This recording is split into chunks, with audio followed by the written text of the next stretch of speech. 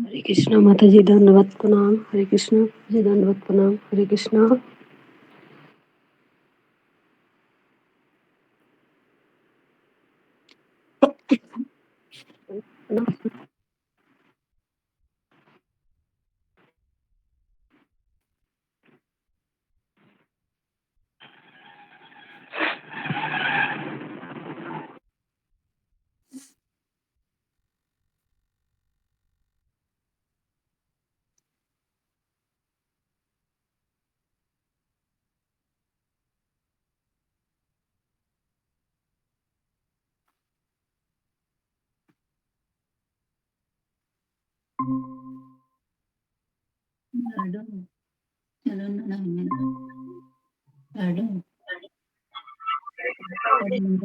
हरे कृष्ण प्रभु जी, दंडवत प्रणाम। हरे कृष्णा श्री चरण दंडवत प्रणाम। हरे कृष्णा हरे कृष्णा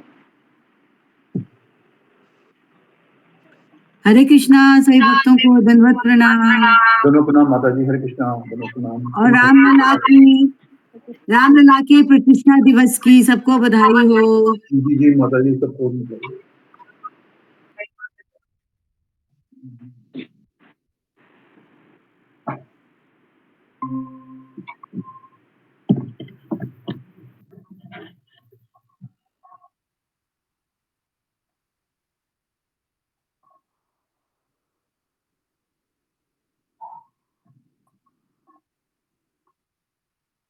सब भक्तों के चरणों में दंडवत प्रणाम। हरे कृष्णा हरे कृष्णा।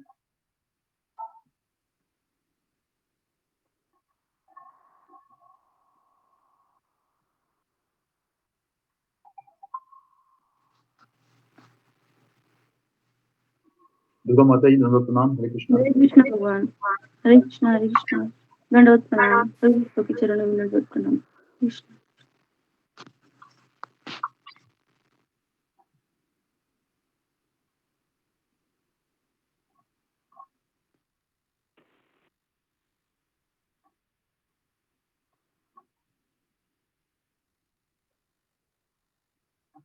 हरे कृष्णा। सभी भक्तों को दंडवत प्रणाम। दोनों प्रणाम माता जी। हरे कृष्णा दोनों प्रणाम। दुर्गा माता जी सभी को दंडवत प्रणाम। कामिनी माता जी दंडवत प्रणाम। सुमिता माता जी दंडवत प्रणाम।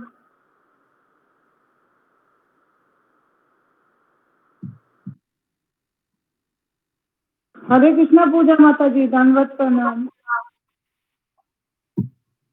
हरे कृष्णा माता जी, दंडवत प्रणाम। सभी भक्तों को दंडवत प्रणाम।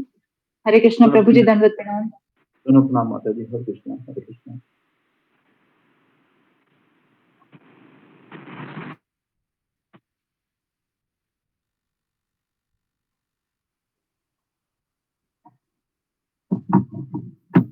जी पूजा माता जी। हरे कृष्णा। जी प्रभु जी। ओम अज्ञानतिमिरान्धस्य ज्ञानाञ्जनशलाकया चक्षुरुन्मीलितं येन तस्मै श्रीगुरवे नमः। नमो विष्णुपादाय कृष्णप्रेष्ठाय भूतले श्रीमते भक्तिवेदान्त स्वामिनिति नामिने। नमस्ते सारस्वती देवे गौरवाणी प्रचारिणे निर्विशेष शून्यवादी पाश्चात्य देशतारिणे। जय श्री कृष्ण चैतन्य प्रभु नित्यानंद श्री अद्वैत गदाधर श्रीवासादि गौर भक्त वृंद। हरे कृष्ण कृष्ण कृष्ण हरे हरे, हरे राम राम राम हरे हरे। श्री गुरु चरण पद्मा केवल भगति सदमा। श्री गुरु चरण पद्मा केवल भगति सदमा। बंदो मोहि सावधान मते जहर प्रसादी हे भव तोरिया जाय। कृष्ण प्राप्ति होय जहाँ होय ते। कृष्ण प्राप्ति होय जहाँ होय ते। कृष्ण प्राप्ति होय जहाँ होय ते। गुरुमुख पद्म वाक्य चित्त कोरियाय क्या। आर ना कोरी हो मने आशा আর না করি হো মনে आशा श्री गुरु चरणे रति ऐसे उत्तम गति विप्रसाद पूरी सर्व आशा विप्रसादे पूरी सर्व आशा चक्षुदान दिलो जे जन्मे जन्मे प्रभु से दिव्य ज्ञान हृदय प्रकाशितो दिव्य ज्ञान हृदय प्रकाशितो प्रेम भक्ति जहाँ होते अविद्या विनाश जाते हृदय गाय जहाँ चरितो हृदय गाय जहाँ चरितो श्री गुरु करुणा सिंधु मध्यम जनार बंधु लोकनाथ लोकेर जीवन लोकनाथ लोकेर जीवन हा हा प्रभु करो दया ते हो मोर पद छाया हा हा प्रभु करो दया ते हो मोर पद छाया ए बीज शुक त्रिभुवन ये बीज शुक त्रिभुवन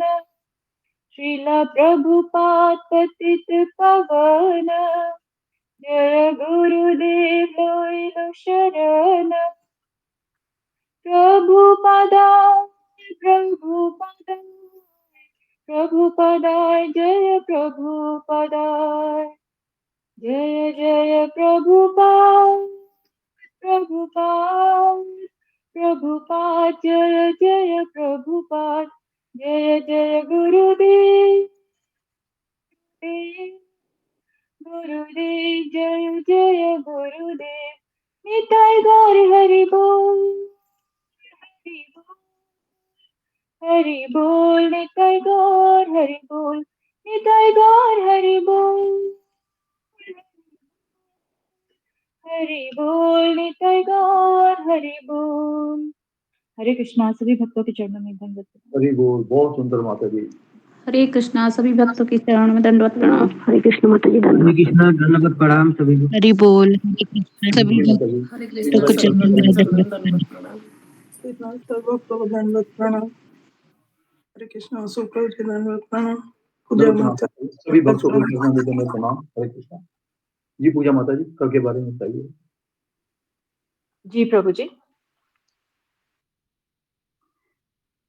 नारायणं नमस्कृत्यं नरं चैव नरोत्तमं देवी सरस्वती व्यासं ततो जय मुदीरयेत् नष्टप्रायेषु भद्रेषु नित्यं भागवत सेवया भगवतीरुत्तम श्लोके भक्तिर्भवति नैष्टिकी।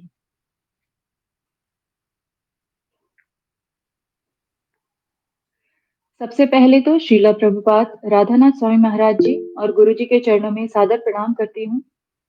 सभी भक्तों के चरणों में सादर प्रणाम करती हूँ और प्रार्थना करती हूँ कि मुझे शक्ति दें कि गुरु जी के शब्दों को दोहराते हुए भी मैं किसी भी प्रकार की त्रुटि से बचूं और इस अवसर के लिए हृदय से कृतज्ञ बनूं। कल के सत्र को गुरु जी ने पुत्रदा एकादशी के महात्म्य से आरंभ किया और फिर एक सुंदर भजन जिसके बोल रहे हैं, प्रभुपाद कृपा करके मुझको अपना लेना। इसके द्वारा प्रभुपाद जी से शरणागति की सुंदर प्रार्थना की, जिसके लिए हम सब उनके आभारी हैं। कल भागवत को तीसरे श्लोक से प्रारंभ किया गया, जिसमें ये बताया गया कि भागवत संपूर्ण वैदिक वृक्ष का परिपक्व फल है और जिस प्रकार एक तोता किसी भी फल को चख कर उसे मीठा बना देता है, उसी प्रकार सुखदेव गोस्वामी द्वारा भागवतम को कहा गया, इसीलिए यह और अधिक मीठा हो गया है। गुरुजी ने 3 प्रकार के अमृत का वर्णन किया। पहला, जड़ अमृत। यह वो अमृत है जिसे हम इंद्रिय विषयों के भोग से प्राप्त करते हैं, जैसे अच्छा खाना, कुछ सुंदर देखना आदि। लेकिन ये अमृत क्षणिक तो है ही, साथ ही ये आयु को घटाने वाला भी है। दूसरा, स्वर्गीय अमृत। यह समुद्र मंथन से निकला था, ये आयु को बढ़ाता है। तीसरा, कथा अमृत। जैसे भागवतम के कथा के श्रवण से भगवान की दिव्यता का अनुभव होता है, हम अपने और भगवान के शाश्वत संबंध को समझ पाते हैं, जो हमारी आत्मा के लिए अमृत के समान ही है। उसके बाद गुरुजी ने भागवतम के दिव्य गुणों की चर्चा की, जिसमें पहला है, भागवतम और स्वयं भगवान में कोई अंतर नहीं है। दूसरा, यह वेदों का परिपक्व फल है। तीसरा, यह धर्म, अर्थ, काम और मोक्ष से परे है और हमें केवल शुद्ध भक्ति का ज्ञान देता है। चौथा, यह हमें भगवान के चरणों का आश्रय प्रदान करता है। प्रभुपाद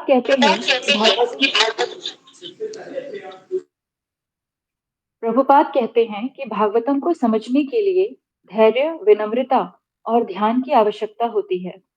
तो यहाँ पर गुरुजी समझाते हैं कि धैर्य का अर्थ है क्या। इसका अर्थ है, मन लगे या ना लगे, हमें श्रवण करते रहना चाहिए। हो सकता है कि प्रारंभ में हमें भागवतम समझ में ना आए, कोई रुचि न लगे, लेकिन हमें निराश नहीं होना और पूर्ण श्रद्धा, विश्वास और समर्पण के साथ श्रवण करते रहना चाहिए। एक दिन ये दिव्य ज्ञान अपने आप ही हमारे हृदय में प्रकाशित हो जाएगा। इसके बाद गुरुजी बताते हैं कि सभी जीव इंद्रियों से रसों का भोग करते रहते हैं। कुल 12 रसों की व्याख्या की गई है, जिसमें 5 रस मूल हैं और 7 अन्य हैं, जिसमें पहला है क्रोध, दूसरा आश्चर्य, तीसरा दाम्पत्य प्रेम, चौथा हास्य, पांचवा वीरता, छठवां करुणा और सातवां भय है। हम अपने संबंधों में प्रेम को खोजते हैं, लेकिन जब हमारी कोई अपेक्षा या आशा पूरी नहीं हो पाती, तब ये प्रेम क्रोध, आघात और आश्चर्य में बदल जाता है। हमें उसी व्यक्ति के ऊपर क्रोध आता है, दुख होता है और अपने भाग्य पर आश्चर्य होता है कि ये हमारे साथ क्या हो रहा है और क्यों हो रहा है। इसीलिए अंत में गुरुजी बताते हैं कि जीव अपने स्वभाव के कारण विवश होता है और प्रेम ढूंढता है, लेकिन भौतिक जगत में प्रेम की खोज वैसी ही है जैसे रेगिस्तान में जल की खोज करना।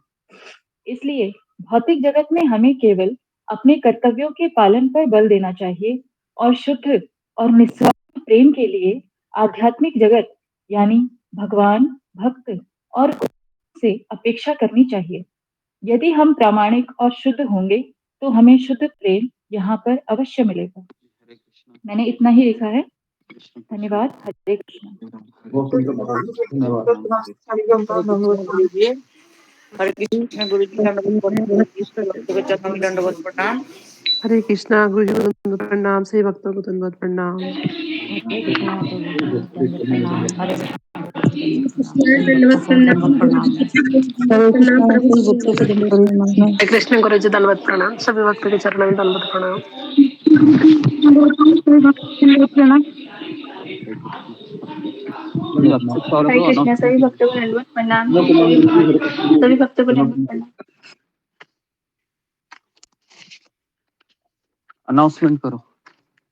गुरुजी अभी बहुत भक्त कम आए हैं, अभी 37 हुए हैं सिर्फ। अच्छा ठीक है, बात करिए।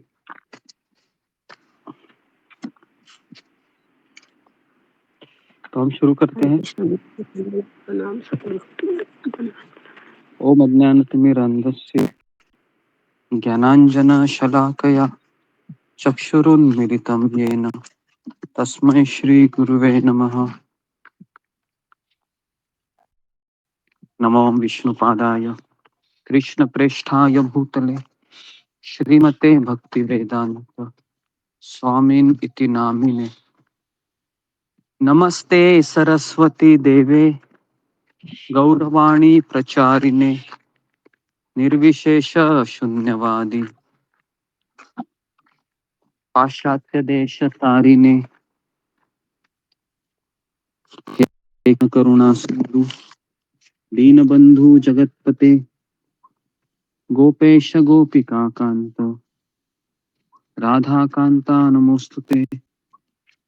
तप्त कांचन गौरांगी राधे वृंदावनेश्वरी वृषभानुसुते देवी प्रणमामि हरिप्रिये। वाञ्छाकल्पतरुभ्यश्च कृपा सिन्धुभ्य एव च पतितानां पावनेभ्यो नमो नमः। श्री कृष्ण चैतन्य प्रभु नित्यानंद श्री अद्वैत गदाधर श्रीवासादि गौर भक्त वृंद। हरे कृष्णा कृष्णा कृष्णा हरे हरे, हरे राम राम राम हरे हरे। नारायणं नमस्कृत्यं नरं चैव नरोत्तमं देवीं सरस्वती व्यासं ततो जयामुदीरये। नष्टप्रायेषु भद्रेषु नित्यं भागवत सेवया भगवतीरुत्तम श्लोके भक्तिर्भवति नैष्टिकी। कृष्णाय वासुदेवाय देवकी नंदनाय च नंदगोपकुमाराय गोविन्दाय नमो नमः। मुखं करोति वाचालं पङ्गुं लङ्घयते गिरिं यत्कृपातमहं वन्दे श्रीगुरु दीनतारिणम्। हरे कृष्ण। किसका टर्न था आज? उनका हो गया? जी गुरु जी, हो गया गुरु जी। ओके, गुरु जी तो एक आगे अनुरोध है गुरु जी।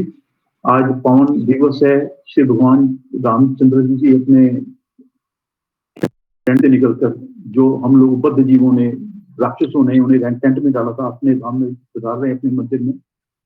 तो हम सबको उनकी शुभकामनाएं और बधाई देते हैं। तो प्रभु राम अपने भव्य मंदिर में विराज रहे हैं। तो आपसे अनुरोध है गुरु जी, आज शुभारंभ अपने रामचंद्र जी के भजन से करेंगे। गुरु जी एक भजन सुनाए रामचंद्र जी का। ओके, सभी लोग चाहते हैं कि आप राम का भजन सुने आज? जी जी जी जी जी जी गुरु जी। जी गुरु जी। गुरु जी। कृष्ण गुरु जी दंडवत। हरे कृष्णा। ओके, गुरु जी के तो चरणों फिर में हम दंडवत प्रणाम। सभी भक्त सभी वैष्णव के चरणों में प्रणाम से देखते चलो प्रणाम। ओके, तो फिर हम आप लोगों की प्रार्थना को स्वीकार करते हैं। प्रयास करता हूँ मैं गाने का। जो मैंने राम के भजन सुने हैं वही मैं आपको गा के बताता हूँ। एक भजन है, ये सारे भजन मैं बचपन में सुनता था। इस्कॉन में आने के बाद मैं कभी कभी सुन लेता था शाम के समय में। तो एक भजन है, पायो जी मैंने राम रतन धन पायो। तो इस भजन को मैं गाने का प्रयास करता हूँ आप सभी वैष्णव की प्रसन्नता के लिए।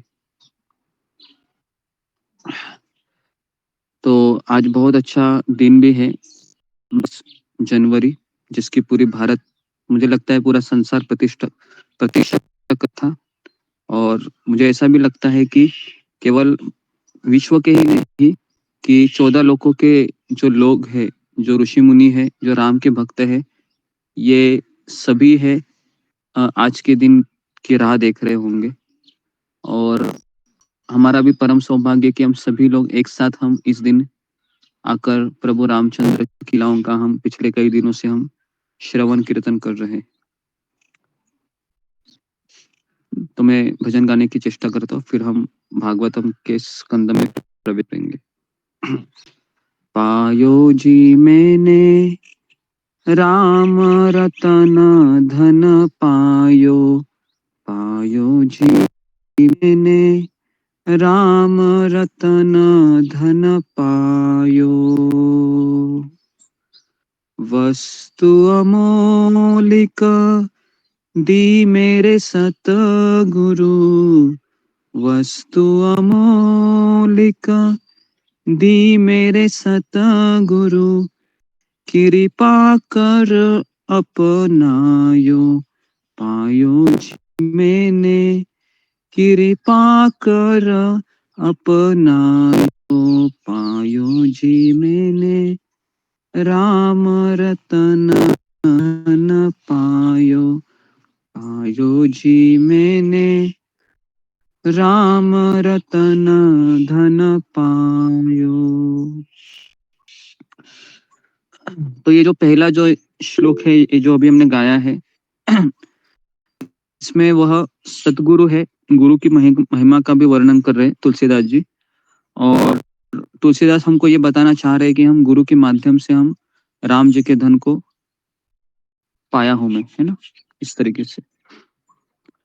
जन्म जन्म की पूंजी पाई, जन्म जन्म की पूंजी पाई, जग में सभी घुमायो पायो जी मैंने, जग में सभी घुमायो पायो जी मैंने, राम रतन धन पायो पायो जी मैंने, राम रतन धन पायो। तो यहाँ पर तुलसीदास जी बता रहे हैं कि जन्म जन्म की पूंजी, पूंजी का अर्थ है सुकृतियां, कई जन्म जन्म की मैंने सुकृति इकट्ठा की, है ना, और दिन दिन में उसको बढ़ाते गया, है ना, और तब जाके मुझे ये राम का धन मुझे मिला, है ना।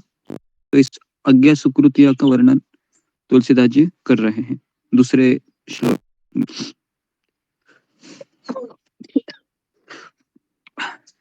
सत की नाव खेवटिया सत गुरु, सत की नाव खेवटिया सत गुरु, भवसागर तरयायो पायो जी मैंने, भवसागर तर पायो पायो जी मैंने, राम रतन धन पायो पायो जी मैंने, राम रतन धन पायो जी। तो इसमें बताया गया है कि केवट, जो केवट था उसकी नाव है वह, है ना, भगवान को वह उस पार लेके गया और उस पार लेने से वह अपना भवसागर को पार कर पाया। तो यहाँ पर भक्त की महिमा बताई गई है, जिसको राम धन प्राप्त होता है ना, तो उसके भवसागर को भी वो पार कर जाता है। चौथा श्लोक, अंतिम श्लोक। मीरा के प्रभु गिरिधर नागर, मीरा के प्रभु गिरिधर नागर, हर कहरक जस गायो पायो जी मैंने, हर कहरक जस गायो पायो जी मैंने, राम रतन धन पायो पायो जी मैंने, राम रतन धन पायो। तो ये अंतिम जो श्लोक था इसमें बताया गया है कि अगर उसके भक्त की महिमा है, वापस मीराबाई का नाम देकर वो बता रहे हैं। और ये बहुत फेमस एग्जाम्पल है कि जब भी भगवान श्री कृष्ण और गिरधारी का नाम आता है तो मीराबाई का नाम आगे आ जाता है, क्योंकि उसने अपने भगवान को सब कुछ समर्पित किया था, यहाँ तक कि उसने उसके घर वालों ने दिया हुआ जहर का गिलास भी हंस हंस के पी गई वो, क्योंकि वो भगवान के ऊपर निर्भर थी। हमें ऐसा नहीं करना चाहिए। तो यहाँ पर जो 4 श्लोक ये तुलसीदास जी ने गाए हैं, तो भजन है जो पायो जी मैंने राम रतन धन पायो। तो हम सब ने राम रतन धन पाए, पायो जी मैंने कृष्ण रतन धन पायो, तो हमने कृष्ण रतन धन भी पाया है ना, इस तरीके से। धन्यवाद गुरु जी, बहुत सुंदर गुरु जी, बहुत सुंदर, धन्यवाद। हरि बोल हरि बोल। हरे कृष्ण, ये बहुत सुंदर प्रणाम। धन्यवाद। हरे कृष्ण गुरु जी, दंडवत प्रणाम। सभी वैष्णव भक्तों को दंडवत प्रणाम। हरि बोल। तो आगे बढ़ते हैं। तो जी, तो आज बहुत अच्छा दिन है एक तरीके से। तो हमें अपना पूरा समय भगवान की कथा में लगाना चाहिए और ये सोचना चाहिए राम कृष्ण ये दोनों कोई अलग अलग व्यक्तित्व नहीं है, दोनों एक ही तत्व है, केवल दोनों का रस अलग है। तो आप ये मत सोचिए कि राम की हम गानी चाहिए तो हम कृष्ण की महिमा को गा रहे हैं, तो ऐसा मत सोचिए। राम और कृष्ण ये दोनों एक ही भगवान के दो नाम हैं, ठीक है। और कृष्ण ये पूर्ण पुरुषोत्तम भगवान है और प्रभु रामचंद्र है ये एक तरीके से जो भगवान श्री कृष्ण से बलराम जी आते हैं। इसको आप लिख लीजिए अगर आपको हो सके तो, क्योंकि आपको पता नहीं चलेगा कि राम जी कैसे आए हैं, क्योंकि ये शायद कोई जानता भी नहीं होगा, क्योंकि जो लोग गुरु शिष्य परंपरा से है वही लोग ये जानते हैं कि राम कहाँ से आए हैं, कृष्ण से राम कैसे आए। तो ये आज थोड़ा सा मैं आपको बताता हूँ कि भगवान कृष्ण है वह पूर्ण पुरुषोत्तम भगवान है और उनके शरीर से बलराम जी का विस्तार होता है और बलराम जी के विस्तार से चतुर्भुज विष्णु रूप प्रकट होते हैं। उसमें वो होता है वासुदेव, संकर्षण, प्रद्युम्न और अनिरुद्ध। ठीक है, ये बलराम जी से ना 4 चतुर्भुज ये अंश निकलते हैं और यही वासुदेव राम के रूप में अवतरित होते हैं, वही संकर्षण लक्ष्मण के रूप में अवतरित होते हैं और प्रद्युम्न भरत के रूप में अवतरित होते हैं और अनिरुद्ध ये शत्रुघ्न के रूप में अवतरित होते हैं। तो ये पता होना जरूरी है हमें कि हम जिस राम की पूजा कर रहे हैं उनका स्रोत क्या है। जब हम स्रोत को ढूंढ लेंगे तब जाके हमारा प्रेम बहुत गहराई में प्रवेश करता है।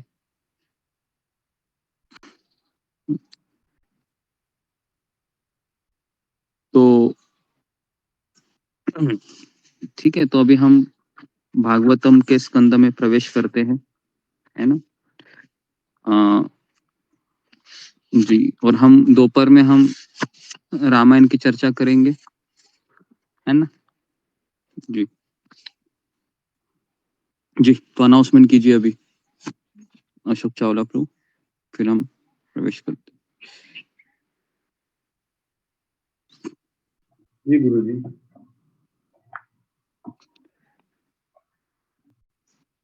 हरे कृष्णा। सभी भक्तों के लिए कि ऋषिकेश यात्रा, ऋषिकेश धाम की पावन धाम की यात्रा 24 मई दिन शुक्रवार से लेकर 27 मई दिन सोमवार तक आयोजित की गई है।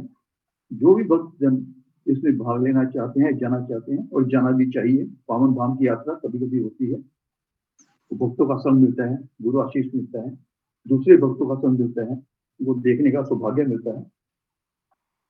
तो ये 4 दिन की यात्रा है, 24 से 27 तक, दोनों दिन इंक्लूड 24 और 27 इंक्लूडेड है इसमें। अभी 4 महीने पड़े हैं, आप अपना सोचकर अपना नाम दे दीजिएगा, प्रोग्राम बनाइए अपना। और इस यात्रा के लिए जो निर्धारित राशि है वो 2,500 रुपए पर मेंबर है, पर भक्त है, जिसमें आपका निवास स्थान भी है, आपके रहने की व्यवस्था है, सुबह का नाश्ता है, दोपहर का भोजन है, रात का भोजन सम्मिलित है। तो जो भक्त इसमें जाना चाहते हैं, जाना चाहिए, तो वो अपना नाम कृपा करके दे दें, मेरे को दे दें या राधिका माता जी को दे दें, जिसको भी दें। दूसरी बात, आज दोपहर से 12 बजे से लेके 1 बजे तक श्री कृष्ण लीला का विशेष सत्र आरंभ कर रहे हैं, जो केवल उन भक्तों के लिए है, एडमिशन रेस्ट्रिक्टेड है उन भक्तों के लिए जो डेली 16 माला करते हैं। जो कृष्ण की माला करते हैं वही कृष्ण का नाम लेने के अधिकारी भी हैं, जो नाम लेते हैं। तो ये एंट्री 12:10 पे बंद हो जाएगी, यानी कि 12:10 के बाद किसी को एंट्री नहीं मिलेगी। तो कृपा इसमें शामिल होइए, कृष्ण लीलामृत का पान कीजिए और आस्वादन कीजिए। धन्यवाद। हरे कृष्णा, दंडवत प्रणाम। जी गुरु जी। जी, तो हम आगे बढ़ते हैं। तो आप में से कितने लोग हैं वह ऋषिकेश हरिद्वार यात्रा को आना चाहेंगे? ये लास्ट वीक ऑफ मई महीने में रखा हुआ है और 4 दिन का ही यात्रा है और आपको टिकट बुक करने के लिए भी फरवरी, मार्च, अप्रैल में 4 महीने हैं। तो आप लास्ट साल हमने किया था वहाँ पर ऋषिकेश हरिद्वार यात्रा, तो उस समय बहुत अच्छा तालमेल हुआ था। तो आप सभी लोग हैं वह आने की प्रयास कीजिए। ओके जी। तो छुट्टियों में बहुत लोग कहीं ना कहीं जाने का व्यवस्था देखते हैं। तो हरिद्वार ऋषिकेश ये बहुत अच्छी जगह है जहाँ पर हरिद्वार में गंगा माता का जो स्नान होता है वो विशेष होता है हरि की पेड़ी के पे। और लास्ट टाइम हमने कई कई जगह पर हम गए थे जहाँ पर जो नीलकंठ महादेव है, जहाँ पर शिव जी ने जहर पिया था समुद्र मंथन के समय, वो भी चीज़ वहाँ पर है। और अन्य अन्य जो धाम है वहाँ पर हम चलेंगे, हरिद्वार ऋषिकेश, है ना। तो जितने भक्त आना चाहते हैं तो वह सबसे पहले आपको टिकट बुक करना है और टिकट बुक आपको करके बताना है ना। उसके पश्चात ही हम आपको कंसिडर करेंगे। ओके, क्योंकि ये सब चीज़ें वहाँ पर टिकट भी बुक करने होते हैं, तो इसके लिए टिकट से भी ज़्यादा ये रूम बुक करने होते हैं वहाँ पर। तो रूम बुक करने के लिए हमको 1 महीना पहले हम या 2 महीना पहले मैक्सिमम कुछ कर सकते हैं, लेकिन आपको हम 15 दिन दे रहे हैं, 15 से 20 दिन। उस 2 दिन में आप हमें, ये 15-20 दिन में आप हमें टिकट एटलीस्ट बताइए कि आपने हरिद्वार की टिकट निकाले ट्रेन से, ताकि उस बेसिस पे फिर हम अकोमोडेशन करेंगे। ओके, तो ये एक अनाउंसमेंट थी। और अधिक से अधिक संख्या में आने का प्रयास कीजिए, क्योंकि ऑनलाइन सुनना ये और चीज़ होती है और ऑफलाइन में भक्तों के साथ कथा सुनना, उनके साथ बातचीत होना, तो यह अवसर हमें खोना नहीं चाहिए, है ना। तो मेरा आप लोगों से अनुरोध है कि अधिक से अधिक संख्या में आने का प्रयास कीजिए। तो हम साल में केवल 2 ही यात्रा निकालेंगे, ये एक मई महीने में और कार्तिक में। तो उसके पश्चात फिर कोई यात्रा नहीं निकलेगी। तो कार्तिक में एक यात्रा रहेगी, वो मुझे पता नहीं अभी तक महाराज कहाँ जाएंगे, राधानाथ स्वामी महाराज। तो कार्तिक की यात्रा हम आपको बताएंगे। मई में वो अनाउंसमेंट होता है, मई जून में। तो ऋषिकेश हरिद्वार यात्रा है, तो आप उसमें आने का प्रयास कीजिए। तो आगे बढ़ता हूँ मैं अभी, ठीक है। तो कल हम, तो यहाँ पर जितने लोगों ने हैंड रेज खड़ा किया है ना, तो उनका स्क्रीनशॉट मैं ले रहा हूँ, ठीक है। तो आप आने का प्रयास कीजिए।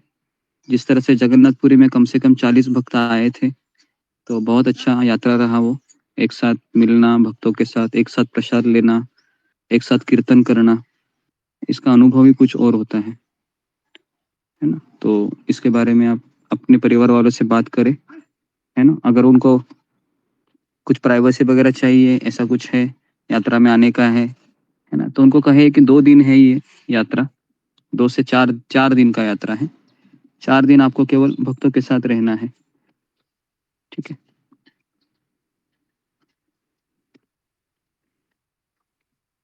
तो अभी हम श्रीमद् भागवतम के पहले स्कंद के पहले अध्याय के 3रे श्लोक में प्रवेश कर रहे हैं, ठीक है। तो ये जो श्लोक है इसकी हम चर्चा कर रहे हैं। निगम कल्पतरो गलितम फलम। तो ये जो कल्पतरु, जो वैदिक साहित्य का कल्पवृक्ष का फल है, इसके बारे में हमने चर्चा की थी। और ये भागवत है, ये सुखदेव गोस्वामी के होठों से निकला है ये अमृत, है ना। और हमने इसके लिए तोते का एग्जाम्पल दिया था। तोता जब किसी फल को खाता है तो फल का स्वाद और बढ़ जाता है। तो उसी प्रकार से ये जो अमृत है, कथामृत, भागवतामृत। तो इसको कई आचार्यों ने, श्रील प्रभुपाद जी ने भी इसको पढ़ा है, लिखा है, और उनके ही शब्दों से हम भागवत में अभी एंट्री कर रहे हैं। सबसे पहले हम परम पूज्य राधानाथ स्वामी महाराज गुरुदेव के चरणों में प्रणाम करते हैं, और फिर हम हमारे फाउंडर आचार्य श्रील प्रभुपाद जी को प्रणाम करते हैं। उनके आशीर्वाद के कारण फिर संपूर्ण गुरु शिष्य परंपरा का आशीर्वाद लेके हम इसमें प्रवेश करते हैं। तो आज का दिन बहुत ही विशेष है। तो दोपहर को हम रामायण के सत्र में विशेष रूप से इस चीज पे प्रकाश डालेंगे कि अयोध्या में जो हो रहा है अभी, तो उसका सही मनोभाव, सही दृष्टिकोण क्या होना चाहिए शास्त्र के माध्यम से। और राम भरत मिलाप है, उसका जो अंतिम पड़ाव है उसको भी हम पूर्ण करेंगे, ताकि हम इस चीज को समझे कि राम राज्य, राम भक्त, राम सेवा कैसे हम अच्छे से कर सकते हैं। ओके, तो कल हम कहाँ तक आए थे, किसी को याद है? भागवतम में 7 श्लोक हो गए गुरुजी, 8वां श्लोक करना है, 8वां पैराग्राफ पढ़ना है। पैराग्राफ पढ़ना है, ठीक है जी। 4 पैराग्राफ खत्म होता है गुरुजी, कंप्लीट होता है 4। पेज नंबर 69 में भागवतम को उपयुक्त मिला 69 गुरुजी 68 पे, अथवा जो व्यक्ति कार्य 68 है गुरुजी, 68 है क्या? अतः जो व्यक्ति कार्यकलापों के मूल तत्व इससे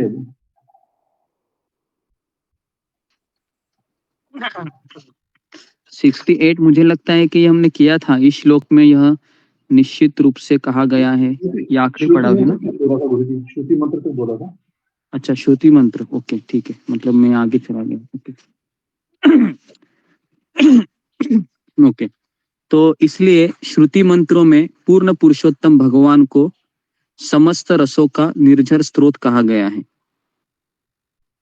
समस्त रसों का मतलब जितने भी रस है ना। अब हमारा जीभ है ना, ये इसको पता है, एक शब्द है रसना कहते हैं इसको। रसना का अर्थ है कि ये अनलिमिटेड टेस्ट को आपका ज्ञान दे सकता है। ये जीवा है, देखो चमड़े का थोड़ा सा फ्लेश है वो, ये जीवा अगर आप उसको हाथ लगाए ना तो एकदम चमड़े का फ्लेश लगता है, वो मांस लगता है केवल। लेकिन ये चमड़े के मांस में इतनी पावर है कि आपको अलग अलग अनुभव करा सकता है वो, है ना। देखिए क्या भगवान ने यंत्र बनाया है, मनुष्य नाम का यंत्र। ये ऐसा यंत्र है कि इसका सॉफ्टवेयर माइंड है और इसका हार्डवेयर है 5 कर्मेंद्रिय, है ना। तो पहले तो हमें हमारे जो शरीर है उसका अभ्यास करना चाहिए कि मेरे शरीर का सबसे प्रोमिनेंट इंद्रिय कौन सा है और किस तरह से मुझे ये ललचाता है, मेरे मन में कैसे विचार होते हैं, है ना। एक बार आप ऐसे ही आंखें बंद करके थोड़ा सा परीक्षण कीजिए अपने आप का कि मेरे मन में कौन से विचार प्रकट हो रहे हैं, कैसे हो रहे हैं, सुबह कौन से विचार होते हैं, दोपहर में कौन से होते हैं, है ना। तो रसों का निर्झर स्रोत है भगवान कृष्ण, रसराज श्री कृष्ण। जब जीव परमेश्वर की संगति करता है और उनके साथ अपने स्वाभाविक रस का आदान प्रदान करता है तो वह सचमुच सुखी होता है। वेरी वेरी इंपॉर्टेंट, हम कब सुखी हो सकते हैं, इसको अंडरलाइन कीजिए, आखिरी लाइन को अंडरलाइन कीजिए कि जब जीव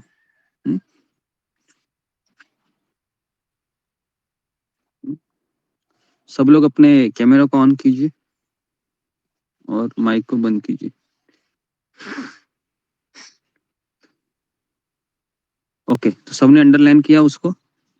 जब जीव भगवान की संगति करता है और उनके साथ अपने स्वाभाविक रस का अर्थ है कि मेरा जो आध्यात्मिक जगत में जो स्वरूप है, भगवान से मेरा जो संबंध है कि मैं भगवान का मित्र हूँ, भगवान का पुत्र हूँ, भगवान का सखा हो या भगवान की पत्नी हो, क्या अगर कोई मनुष्य शरीर में है अभी, क्या उसका स्वरूप ऐसा हो सकता है कि वो भगवान की पत्नी है? नहीं गुरुजी।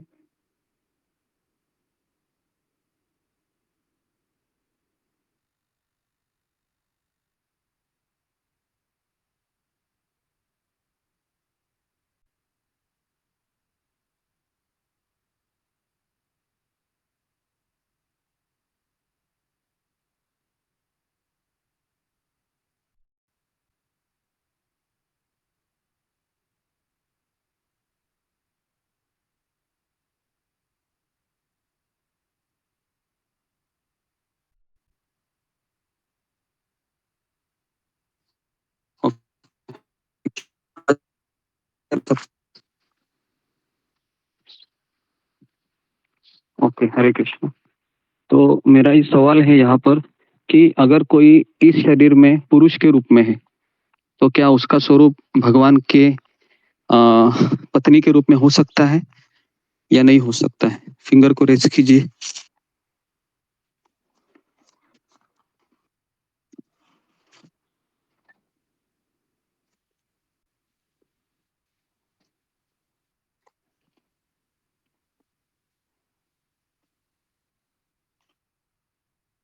जी बताइए। जी रीना सिंह माता जी।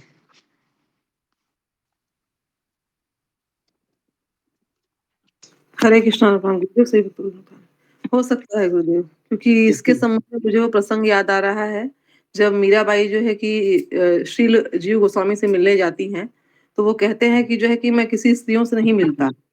तो उन्होंने कहा कहा कि यहाँ पुरुष कौन है? पुरुष तो सिर्फ सिर्फ और सिर्फ जो है कि भगवान ही है। तब वो मिलने के लिए जो है कि वो मान जाते हैं। हरे कृष्णा गुरुदेव। जी जी जी ओके, नेक्स्ट तितली मिश्रा। हरे कृष्णा गुरु जी, दंडवत प्रणाम। मेरा तो यही है कि वहां पर हो सकता है, यहाँ भौतिक शरीर आप किसी भी मेल या फीमेल का ले सकते हैं, मगर भगवान के पास हम सिर्फ एक आत्मा है और वहां पर उनकी पत्नी के रूप में या स्त्री रूप में या पुरुष रूप में हम हो सकते हैं।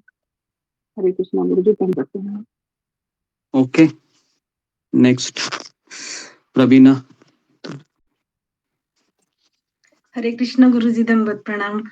सभी भक्तों के चरणों में दंडवत प्रणाम। गुरु जी, हो सकता है क्योंकि भगवान इतना करुणामय है, वो 16,108 को भी देखो, 16,000 वो इसमें आता है ना, ग्रहण किए थे। ऐसे ही किसी को भी अपना पत्नी का ये दे सकते हैं, बना सकते हैं।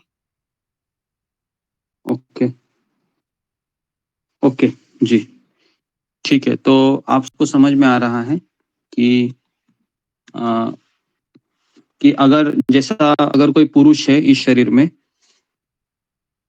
तो वह भगवान का उसका आध्यात्मिक स्वरूप स्त्री का भी हो सकता है, क्योंकि आत्मा स्त्री भी नहीं और पुरुष भी नहीं है ना, हम सब प्रकृति है एक तरीके से, है ना।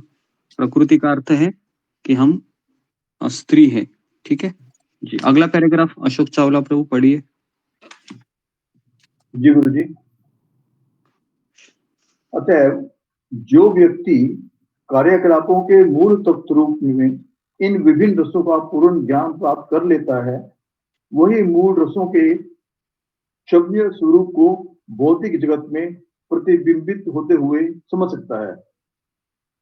विद्वान अध्येता वास्तविक रस का उसके आध्यात्मिक रूप में आस्वादन करना चाहता है। प्रारंभ में वह परमेश्वर से एकाकार होना चाहता है।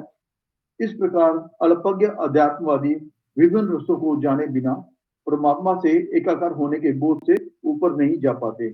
जी गुरु जी, धन्यवाद। ओके, अगला पैराग्राफ भी पढ़िए, ये बहुत छोटा है।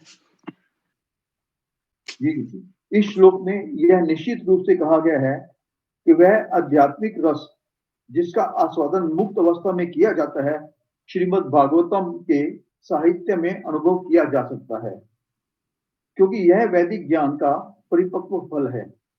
इस दिव्य साहित्य का विनीत भाव से श्रवण करने पर मनुष्य मनोवांछित पूर्ण आनंद प्राप्त कर सकता है, किंतु मनुष्य को इस बात में अत्यंत सावधानी बरतनी होगी कि इस संदेश का श्रवण उपयुक्त स्रोत से किया जाए। श्रीमद् भागवतम को उपयुक्त स्रोत से ही यथारूप प्राप्त किया गया है। इसे वैकुंठ लोक से लाने वाले श्री नारद मुनि हैं, जिन्होंने इसे अपने शिष्य श्री व्यासदेव को प्रदान किया। श्री व्यासदेव ने इस संदेश को अपने पुत्र श्री सुखदेव गोस्वामी को प्रदान किया और फिर उन्होंने इसे महाराज परीक्षित को उनकी मृत्यु से मात्र 7 दिन पूर्व प्रदान किया। श्री सुखदेव गोस्वामी जन्म से ही मुक्त आत्मा थे, यहाँ तक कि वे अपनी माता के गर्भ में ही मुक्त थे और जन्म के पश्चात उन्हें किसी प्रकार की आध्यात्मिक शिक्षा ग्रहण नहीं करनी पड़ी।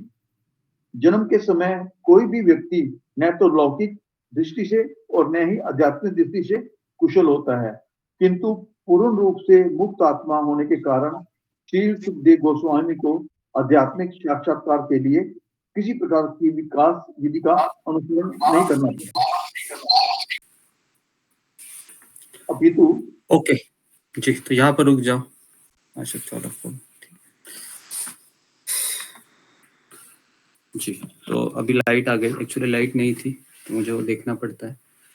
ओके तो जैसे कि इस बात पे थोड़ा सा मुझे बताना आपको रह गया कि जीवात्मा सचमुच कब सुखी होता है। तो एक्चुअली सुखी होने का कारण उसका यही है कि स्वाभाविक रस का आदान प्रदान करना चाहता है वो। हम सभी लोग सुखी होना चाहते हैं और सुखी होने का मूल कारण है कि मैं भगवान से जुड़ना चाहता हूँ, लेकिन मैं भगवान से अभी इसलिए जुड़ नहीं पा रहा हूँ क्योंकि मेरी जो व्यक्तिगत अभिलाषाएं है, व्यक्तिगत इच्छाएं है, वो अभी भी मेरे भीतर प्रचुर मात्रा में आवाज कर रही है। तो इसलिए हम कनेक्ट नहीं कर पा रहे हैं। जैसे हम कई बार ये उदाहरण देते हैं कि अगर लोहे को गंज लगा है तो क्या वो चुंबक को चिपकेगा?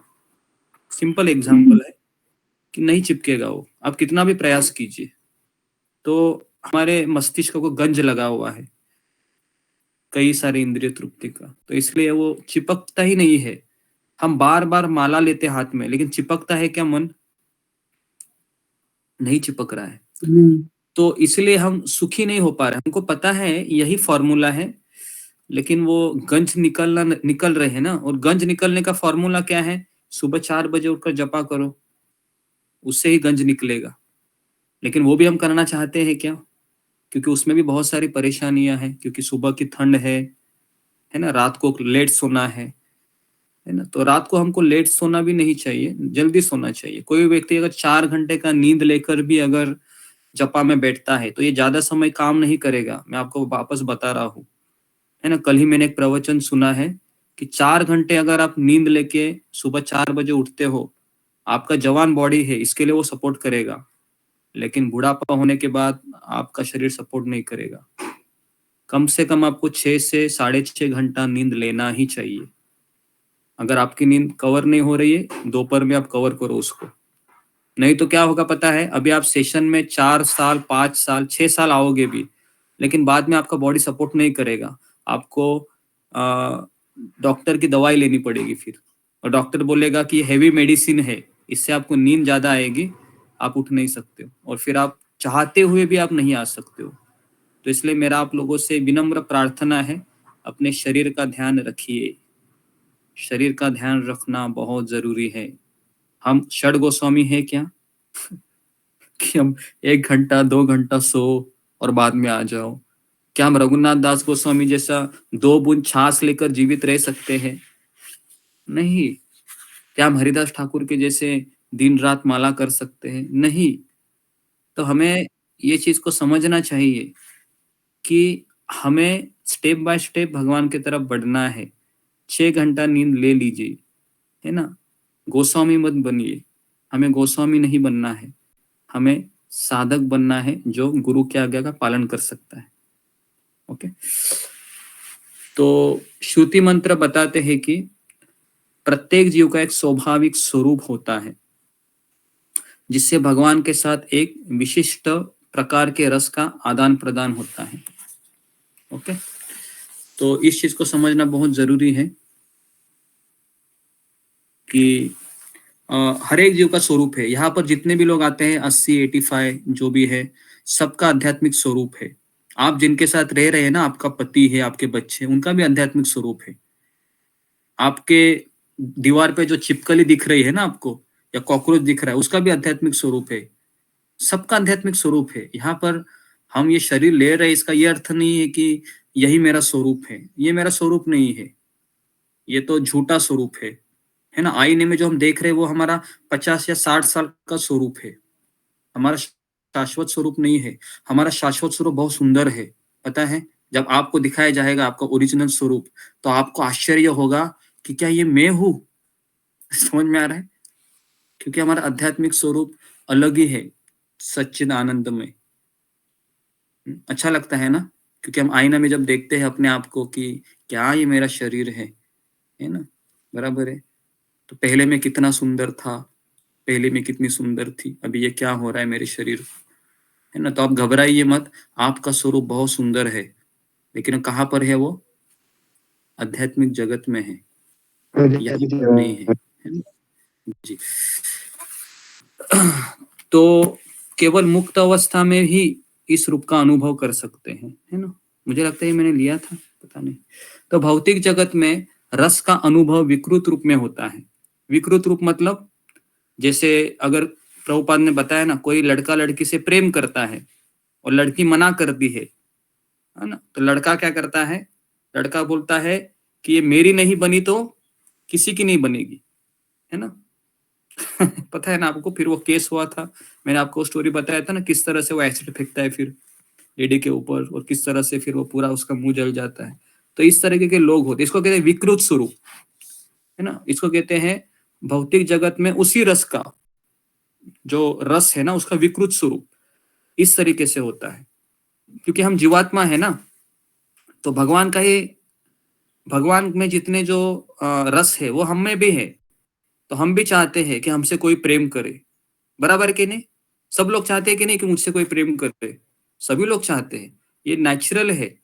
क्योंकि भगवान भी चाहते हैं कि मुझसे कोई प्रेम करे, है ना। और जब वो प्रेम नहीं मिलता है, तो उसका विकृत स्वरूप क्या है? वह जबरदस्ती करता है, नहीं करो ही तुम, है ना। लेकिन ऐसा होता है क्या? ऐसे कान पट्टी पे बंदूक फेंक ऐसे रख के, नहीं प्रेम करना ही पड़ेगा, 7 फेरे लिए तुमने, ऐसा होता है? ऐसा नहीं होता है। तो इसके लिए ये विकृत स्वरूप है इस संसार में, जो अस्थाई होता है। अस्थाई इसलिए होता है क्योंकि वह, उसमें वो शुद्ध नहीं होता है, अशुद्ध होता है। और इस संसार में कोई भी संबंध ले लो जिसमें भगवान केंद्र नहीं है, आपका अपना अनुभव ले लो ना, क्या वो टिका है क्या? अपने आप को पूछिए, है ना। जिसका केंद्र भगवान नहीं है, वो संबंध टिके हैं क्या आपके? कोई भी संबंध टिकता नहीं है वो, क्योंकि वो सेल्फिश होते हैं, कैसे टिकेगा? तो हमें इस चीज को समझना बहुत जरूरी है कि मुझे अगर इस संसार में रियल टेस्ट चाहिए, तो मेरे संबंध में कृष्ण चाहिए किसी भी हाल में। अगर कृष्ण नहीं है संबंध में, तो टिक नहीं सकता।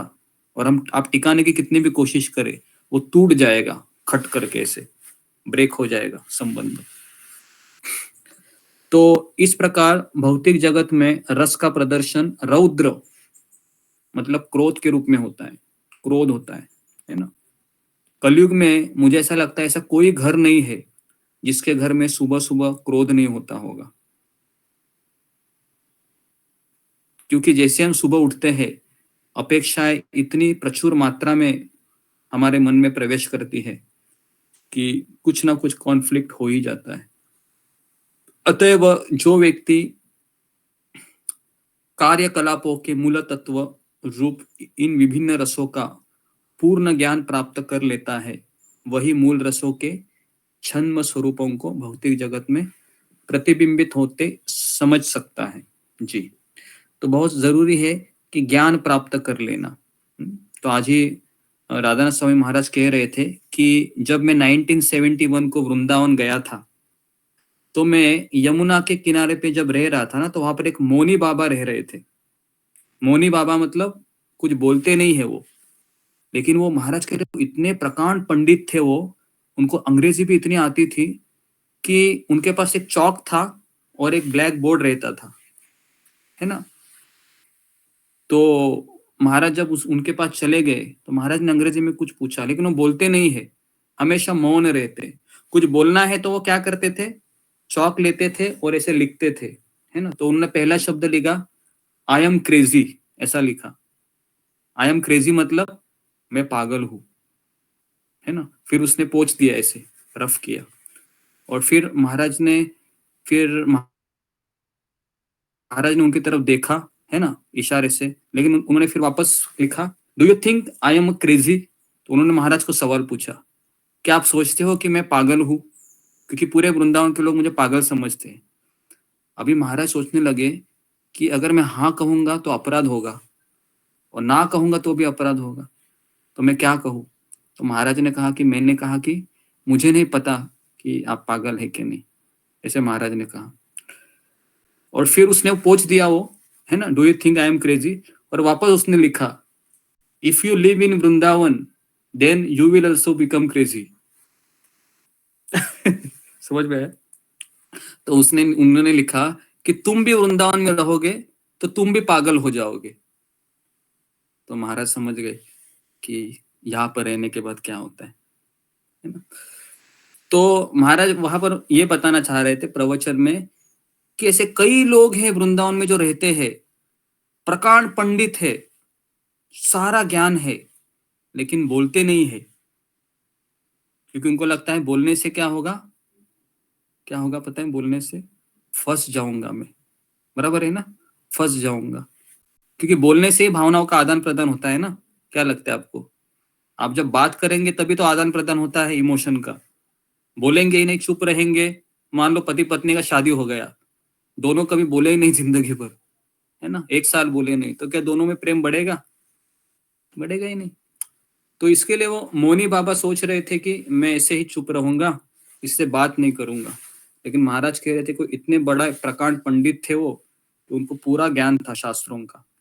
तो महाराज कह रहे हमारे प्रभुपाद जी देखो कि हमेशा बोलते रहते थे, है ना, हमेशा बोलते थे। मेरे गुरु महाराज स्वामी भक्तिवेदांत प्रभुपाद हमेशा बोलते थे। किसके बारे में बोलते थे वो, भगवान के बारे में बोलते थे, भगवान के बारे में।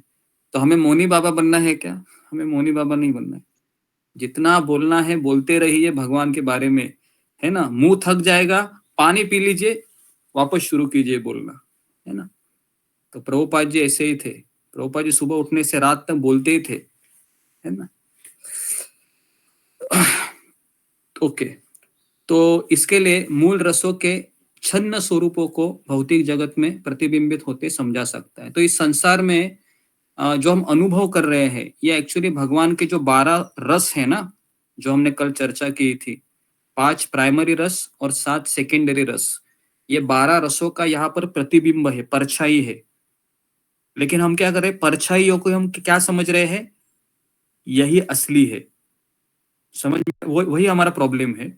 अभी मान लो कि आप अगर किसी नदी के किनारे जाते हो और नदी के किनारे में आम का झाड़ है, और उस नदी के पानी में आप देखते हो कि आम दिख रहे हैं आपको, और आप क्या कर रहे हो, बहुत उत्साह से आप पानी में छलांग मार रहे हो, तो क्या आम मिलेंगे वहां पर? नहीं गुरुजी, नहीं मिलेंगे। और हमारा यही हाल है यहाँ पर कि हमको लगता है कि ये सब मुझे आनंद प्रदान होगा, लेकिन यहाँ पर ऐसा कुछ है नहीं, है ना। कोशिश कीजिए, हमने किया भी है ना कोशिश, क्या लगता है, सारे कोशिश करके यहाँ पर बैठे हम, बराबर है। किसी की कोशिश करना बाकी है, ऐसे कुछ इच्छा की है जो पूर्ण नहीं हुई है, पूर्ण होकर फिर पता चलता है कि मैंने क्या किया है, मैंने केवल परछाइयों में वास्तविक चीज को देखना चाह रहा था मैं, लेकिन यहाँ पर परछाई है ना। कल हमने एक उदाहरण दिया था, कौन सा उदाहरण था वो, रेगिस्तान का, याद है।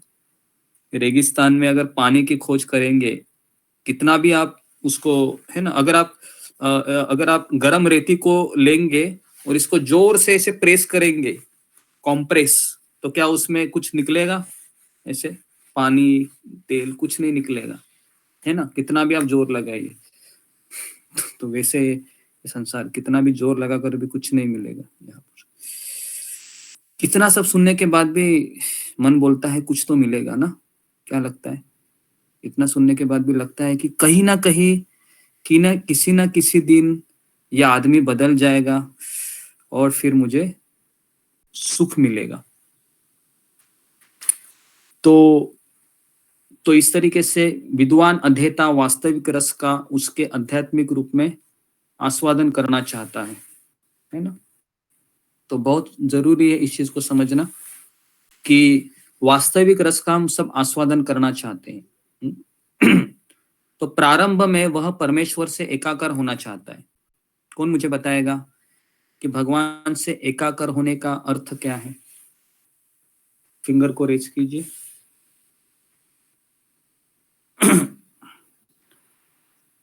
कि भगवान से एक होने का अर्थ क्या है? जी रेखा पायल।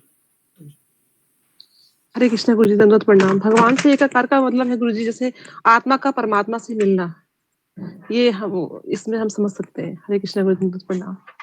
ओके, आत्मा से परमात्मा से मिलना, एकाकार होना। ओके, ये इसका उत्तर नहीं है जी। नेक्स्ट जी ममता पाल। हरे कृष्ण गुरुजी, दंडवत प्रणाम।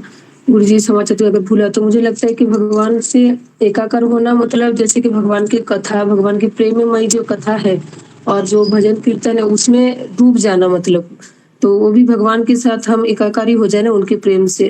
हाँ, वो अलग है, लेकिन वो सही है। अभी हम भगवान से इस तरीके से एकाकार हो रहे, लेकिन यहाँ पर प्रभुपाद जी कुछ और बताना चाह रहे हैं कि वह शुरुआत में जब उसको पता चलता है कि संसार में दुख ही दुख है, तो उसका पहला चीज क्या होता है जी? रूबी कुमारी।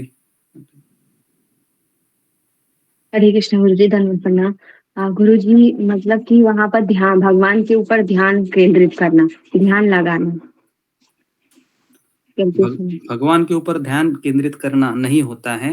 मैंने कई बार कहा है, 2 दिन पहले कहा मैंने कि जब उसको पता चलता है कि इस संसार में दुख है, तो सबसे पहले वो क्या सोचता है कि मैं भगवान बनूंगा, है ना। एकाकार होने का अर्थ क्या है? वो सोचता है कि मैं भगवान बनूंगा। तो इसके लिए मैंने ये भी कहा था ना, नमो नारायणाय, तुम भी भगवान हो, मैं भी भगवान हूं, हम सब भगवान हैं। इस तरीके से वो सोचता है। तो प्रारंभ में वो एकाकार होना चाहता है। तो हम सब लोग हैं ना, यहाँ पर अभी भक्ति मार्ग से जुड़ने से पहले हम ये प्रयास तो किए होंगे ना कि मैं भगवान बनना चाहता हूँ, है ना। अभी भी कर रहे हैं कि नहीं? भगवान बनने का अर्थ है स्वामी बनना। सब लोग स्वामी बनना चाहते ही है ना। सब लोग चाहते हैं ना कि मैं इसको ऑर्डर दूं, ये फॉलो करे। तो एक तरीके से अभी भी वही चल रहा है। ओके, तो इस तरीके से यहाँ पर बताया गया है कि इस प्रकार अल्पज्ञ अध्यात्मवादी विभिन्न रसों को जाने बिना भगवान से एक होने का बोध से ऊपर नहीं जा पाते। तो इसके लिए वहीं पर अटक जाते हैं। क्या अगर कोई व्यक्ति भगवान का सेवक बनेगा ना, तभी ये सारे रसों का क्या हो सकता है, प्राकट्य हो सकता है। अगर हम स्वामी बनेंगे तो ये रस है ना, ये रस फिर हमें कितने भी कोशिश करेंगे ना, हमें वो शांत रस, दास्य रस, साख्य रस कुछ अनुभव नहीं होगा। पता है अभी हम इतना माला करने के बाद, कथा सुनने के बाद भी क्यों अनुभव नहीं हो रहा होगा? क्या लगता है आपको? कितने लोगों का ऐसा होता है कि कथा सुनूं, माला करूं, फिर भी अंदर से कुछ लगता नहीं है? इसका भी उत्तर आपको हम बताएंगे। क्या हो सकता है इसका उत्तर? फिंगर को रेज कीजिए कि बार बार माला करना, बार बार कथा श्रवण करना, इससे भी कुछ हो नहीं रहा है जी। क्या उत्तर हो सकता है?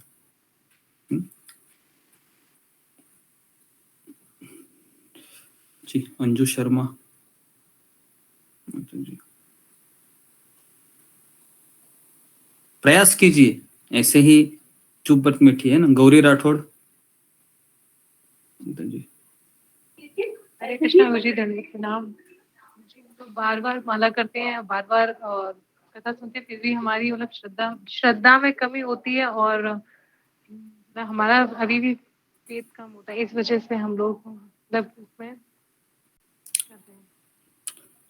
लिखती हो क्या गौरी राठौड़, या घूमती रहती हो? जब भी देखा है घूमती ही रहती हो। लिखा करो गुरुजी सुबह थोड़ा एक जगह बैठकर लिखा करो, कम से कम एक क्लास लिखा करो, है ना। 1 साल होने को आया, एक क्लास तो लिख सकती हो ना, या हमेशा ऐसा ही रहेगा? नहीं तो फिर कैसे पता चलेगा ना क्या हो रहा है करके। तो लिखा करो। नेक्स्ट प्रीति अग्रवाल माता जी। हरे कृष्णा गुरुजी, दंडवत प्रणाम। गुरुजी, आप ही ने बताया था कि अभी हमें मतलब आध्यात्मिक जगत में उतना अधिक विश्वास नहीं है, मतलब भगवान में इतनी अधिक हमारी आस्था अभी नहीं बनी है, हमारे अनर्थ भी नहीं गए हैं और उतनी उत्कंठा से हम लोग नहीं श्रवण करते कि हमें चाहिए ही चाहिए। हम मतलब इसको थोड़ा सा ग्रांटेड लेते हैं, इस वजह से कुछ फायदा नजर नहीं आता है। या ओके, फिर जी मैंने अभी अभी आपको कहा कि हम स्वामी बनना चाहते हैं, इसके लिए हमको वो रस नहीं प्राप्त हो रहा है, बराबर है। जिस दिन हम सेवक का भाव अपनाएंगे उस दिन ये रसों का प्राकट्य भी तुरंत होगा, है ना। सेवक हम बनना ही नहीं चाहते, क्योंकि कभी कभी गुरु भी कुछ बोलता है या कोई वैष्णव भी कुछ बोलता है तो भी हम तुरंत स्वीकार करते हैं क्या उसको? हम स्वीकार ही नहीं करते। पहले तो हम आर्गुमेंट देते हैं, नहीं नहीं नहीं, मुझे समय नहीं मिलता है, घर में ऐसा होता है, मैं क्या करूं, है ना। तो उससे ही पता चलता है कि वो सेवक का भाव ही नहीं है ना। कोई हमको कुछ कहता है तो सेवक का भाव होना चाहिए कि हाँ मुझे इस बारे में, है ना। अगर कृष्ण आपके सामने आए और कृष्ण ने कुछ कहा आपको, तो मुझे लगता है कि हम कृष्ण से भी आर्गुमेंट करेंगे। नहीं कृष्ण, आपको पता है कितना घर में काम होता है, आप क्या बांसुरी लेके खड़े रहते हैं राधा रानी के बगल में, है ना। मुझे लगता है ऐसा हम बोलेंगे कृष्ण को भी, इतना हमारी वो प्रवृत्ति हुई है ना। कोई कुछ कहता है तो तर्क करना ये हमारा स्वाभाविक एक स्वभाव बन गया है। तो इसलिए वो रसों का प्राकट्य नहीं हो रहा है, क्योंकि भाव ही नहीं आ रहा है ना। क्यों नहीं भाव आ रहा है? क्योंकि हम किसी की आज्ञा को स्वीकार ही नहीं कर पा रहे हैं। ये मेरे भलाई के लिए बोल रहा है, मुझे कुछ करना चाहिए। ओके, तो ये चीज बहुत जरूरी है समझना। जो व्यक्ति अपने वरिष्ठ वैष्णव ले लो या अपने आध्यात्मिक गुरु का आदेश, भले ही उसको बुद्धि को पटे या ना पटे, उसके मन को लगे या ना लगे, वो इस हिसाब से लेता है कि यह व्यक्ति मेरा भला चाहता है तो अच्छा ही बोल रहा है, तो मैं उसको चुपचाप स्वीकार करूं, है ना। ऐसे व्यक्ति का तुरंत प्रगति होता है, ठीक है। तो इसके लिए ये submissive attitude is very important in devotional service. ये जो सबमिसिव एटीट्यूड को क्या कहते हैं हिंदी में? सबमिसिव मतलब एक तरीके से समर्पण करना, समर्पण भाव, है ना। समर्पण भाव बहुत आवश्यक है भक्ति मार्ग में। ओके जी, इसके ऊपर किसी का कुछ प्रश्न है अभी तक जो चर्चा की?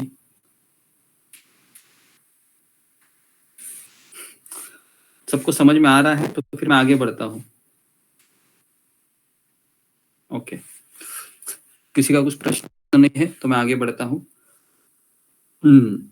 इस श्लोक में यह निश्चित रूप से कहा गया है कि आध्यात्मिक रस जिसका आस्वादन मुक्त अवस्था में भी किया जाता है, भागवतम के साहित्य में अनुभव किया जा सकता है, ठीक है। तो अगर हमारा सबमिसिव एटीट्यूड है ना, तो ये भागवतम के ये शब्द है ना, ये हमें ऐसा आनंद प्रदान करेंगे ना, आप इस भागवत को छोड़ेंगे ही नहीं, पकड़ के रखेंगे।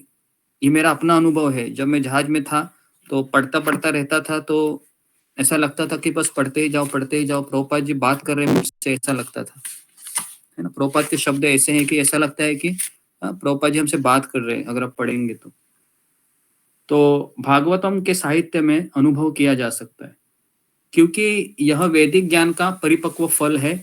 इस दिव्य साहित्य का विनीत भाव से श्रवण करने पर मनुष्य मनोवांछित पूर्ण आनंद प्राप्त कर सकता है। देखिए तीसरी लाइन है, इसको अभी अंडरलाइन कीजिए। ये कितनी बार आया? तीसरी बार आया है। प्रभुपाद जी कहते हैं कि इस दिव्य साहित्य का विनीत भाव से श्रवण करने पर मनुष्य मनोवांछित पूर्ण आनंद प्राप्त। मनोवांछित मतलब जो हम चाहते हैं, है ना। हम सब लोग कौन सा आनंद चाहते हैं? खत्म होने वाला आनंद चाहते हैं या न खत्म होने वाला आनंद चाहते हैं? कौन सा आनंद चाहते हैं हम? ना खत्म वाला चाहते हैं आनंद। जी, तो इसके लिए यहाँ पर पूर्ण आनंद की बात की है। अभी हमको कौन से आनंद मिलते हैं? खत्म होने वाले आनंद, बराबर है। जैसे खाना खा लिया, 15 मिनट में पेट भर गया, फिर कुछ आप कितना भी खाओ कुछ लगेगा आपको? खत्म हो गया 15 मिनट में। 6 घंटे का नींद लिया, शुरुआत में नींद में आनंद आता है, बराबर है। नींद खत्म हो गई, आनंद खत्म हो गया। तो आनंद, सारे आनंद ऐसे ही है, लिमिटेड पीरियड है, एक्सपायरी डेट के साथ आते हैं सारे आनंद। लेकिन आध्यात्मिक जीवन का आनंद, उसका कोई एक्सपायरी नहीं है ना।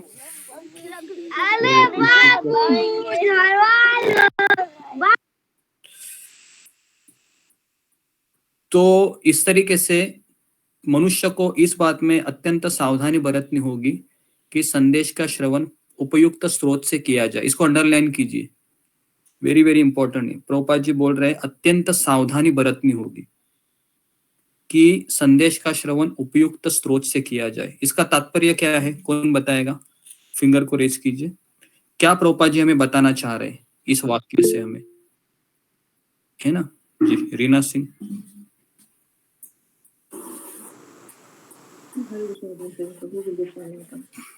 प्रभुपाद ये बताना चाह रहे हैं कि प्रामाणिक गुरु शिष्य परंपरा से ही जो है कि हमको इस स्रोत सुनना चाहिए जो है, अन्यथा जो हृदय में प्रवेश नहीं करेगा।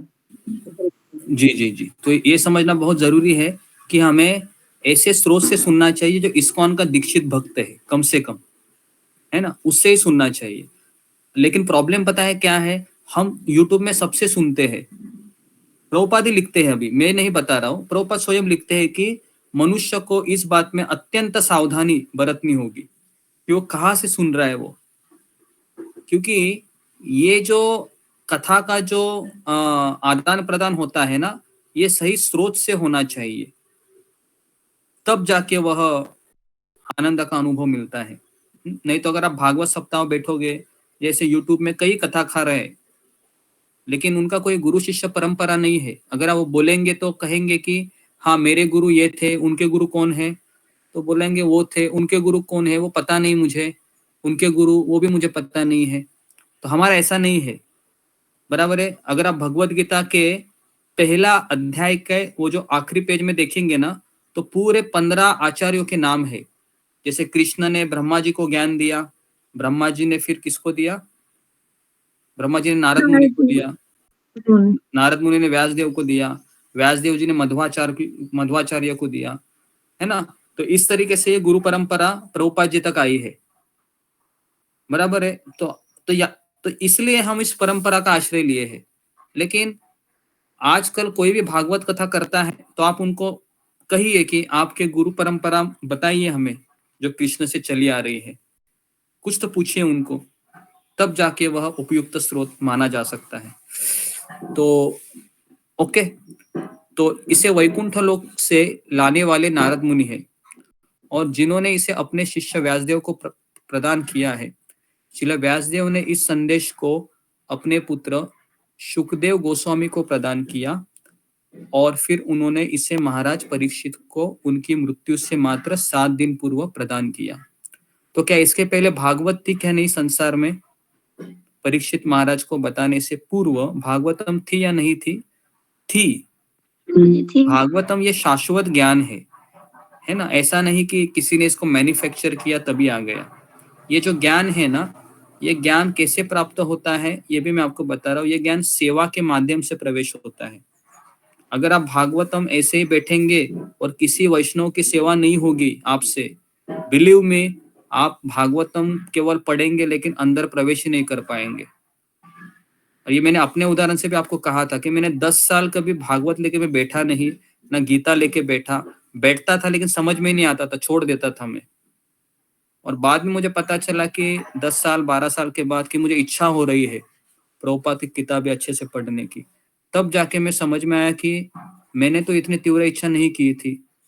फिर राधानाथ स्वामी महाराज के प्रवचन में उन्होंने कहा कि हम जब किसी वैष्णव की सेवा में लग जाते हैं ना, तो ये ज्ञान है ना, बिना पढ़े भी आपके भीतर प्रवेश होता है। तो राधानाथ महाराज कहते हैं कि हम लोग न्यू वृंदावन में सुबह 7 बजे से रात को 7 बजे तक केवल सेवा करते थे, पढ़ाई करने को किसको टाइम ही नहीं मिलता था। लेकिन आज राधानाथ महाराज का देखा ना कैसे प्रवचन देते हैं, 10,000 लोगों को प्रवचन देते हैं वो, है ना। उनको कहा कि गाय की सेवा करो, तो उन्होंने आर्गुमेंट दिया क्या कि मैं गाय की सेवा कैसे करूं करके, नहीं सेवा करते। उनको कहा पुजारी बनो, कहा मैं पुजारी का किया नहीं कभी, पुजारी का सेवा किया, है ना। जो सेवा दिया सब किया, हाँ बोलते गए, क्योंकि उनको पता है हाँ बोलना मेरा काम है, करवाना किसका काम है? भगवान का काम है। मेरा काम है हाँ बोलना, वो मैं कर रहा हूं क्या? नहीं। तो फिर आगे का प्रोसेस नहीं होता है। तो महाराज कहते हैं कि जब कोई वैष्णव हमें आज्ञा देता है ना, उस आज्ञा के साथ एम्पावरमेंट भी आती है। एम्पावरमेंट मतलब वो करने की शक्ति भी प्रदान होती है। बस हमें हाँ बोलना सीखना चाहिए। ओके, और हाँ बोलने के बाद कुछ कठिनाई आती है तो हम उनको कह सकते हैं कि ऐसे ऐसी कठिनाई आ रही है, लेकिन हम शुरुआत में ही कहेंगे मुझसे नहीं होगा, है ना। हमारे सत्र में से कई लोग हैं जो कथा सुनने के लिए आते हैं कई सालों से या कई महीनों से, लेकिन सेवा नहीं कर पा रहे हैं। सेवा करना बहुत जरूरी है, कुछ ना कुछ माध्यम से, है ना। सेवा करने के आप हमें बताइए कि आपको क्या सेवा करनी है, हम सेवा भी देंगे। अगर आप सेवा करेंगे तो अपने भीतर ही आप इस ज्ञान को, है ना, प्रत्यक्ष रूप से अनुभव करने का आप अनुभव करेंगे कि मुझे समझ में आने लगा है ना, ये क्या लाइन है करके।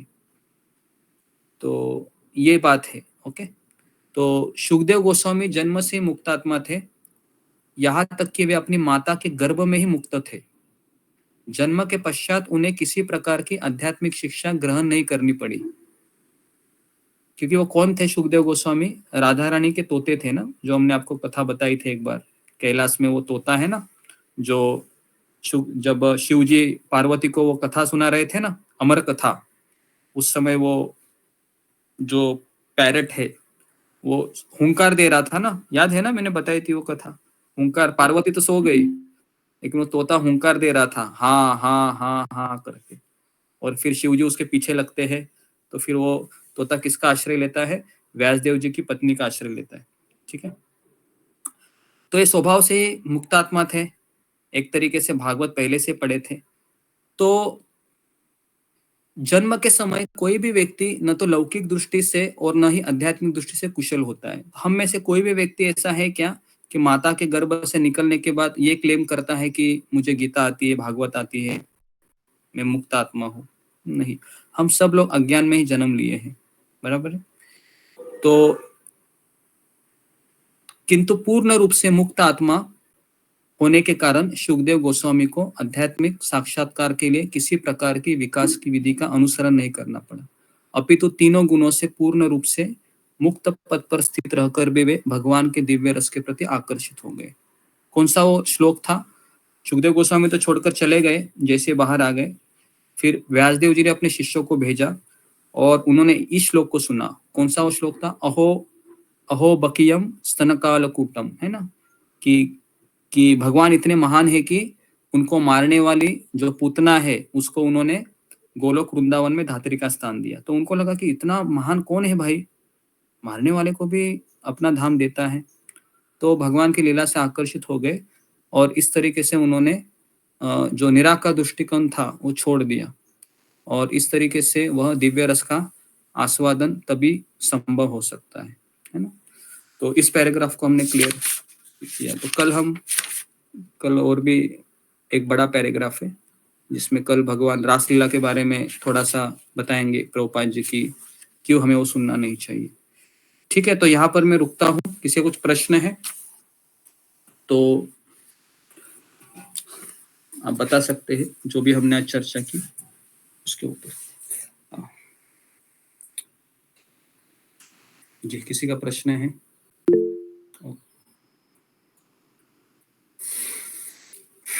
जी, सात्विक वर्मा।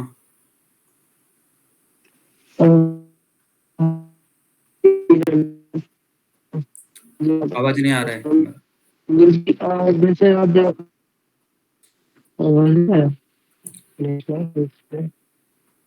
जी, ओके।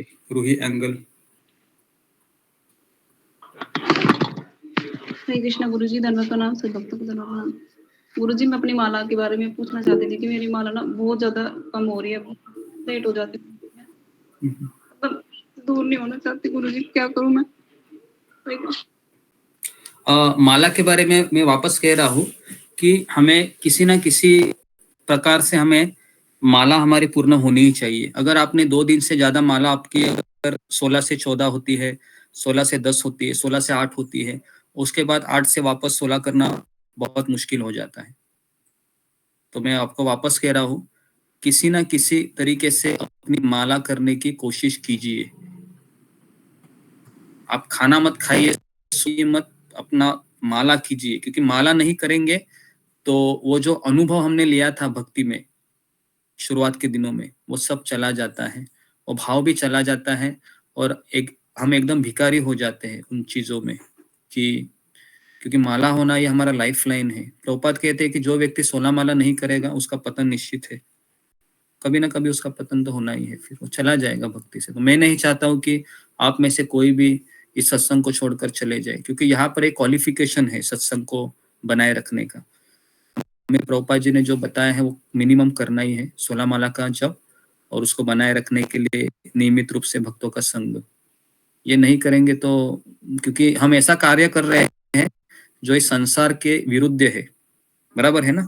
संसार के अपोजिट तैर रहे हम। आप सोचिए, पूरी दुनिया क्या करती है, मजा मस्ती में लगी है, और हम लोग क्या कर रहे हैं, हम साधु बनने जा रहे हैं, है ना? तो साधु बनना आसान है क्या?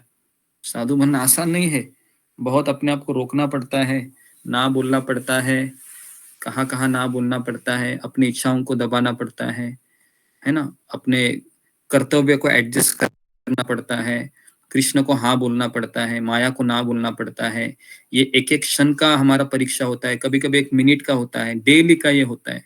डेली हमारे सामने 2 ऑप्शन होते हैं, माया बोलते हैं मेरे पास आओ, कृष्ण बोलता है मेरे पास आओ। तो हमेशा हम माया को कॉल दे लेते हैं और धीरे धीरे हम चले जाते हैं फिर। तो इसके लिए बहुत जरूरी है इस चीज को समझना है।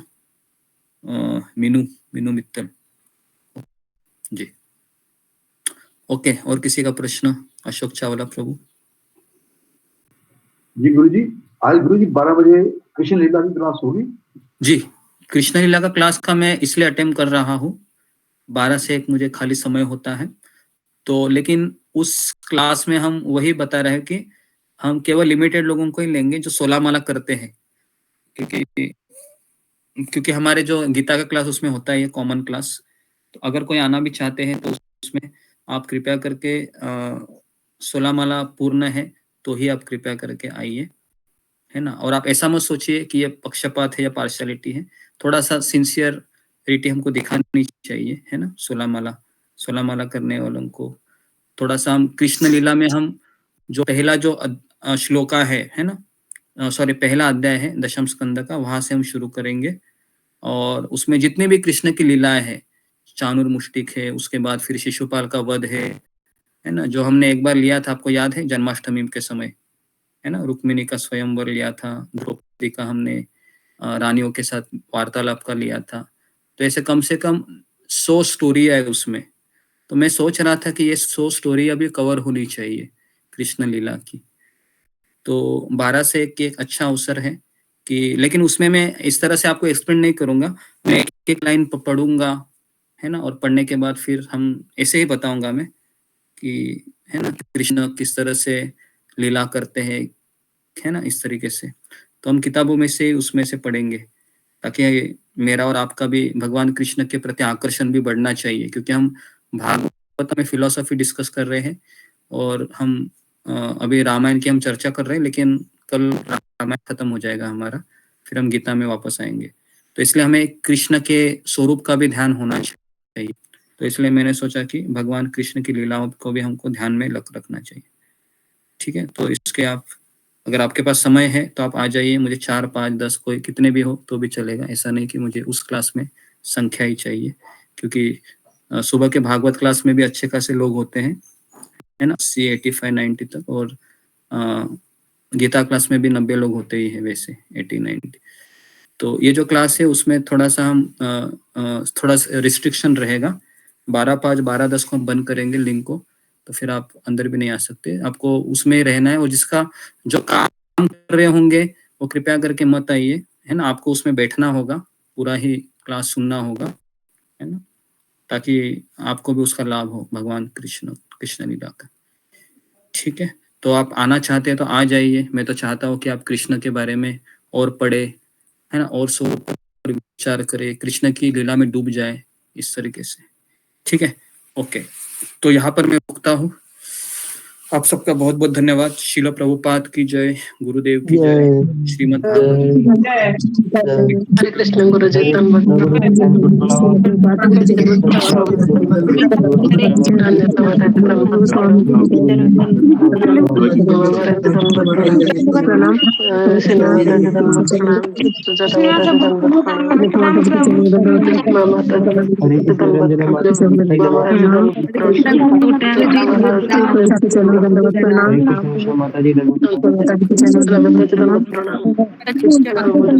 माता जी की चलो दंडवत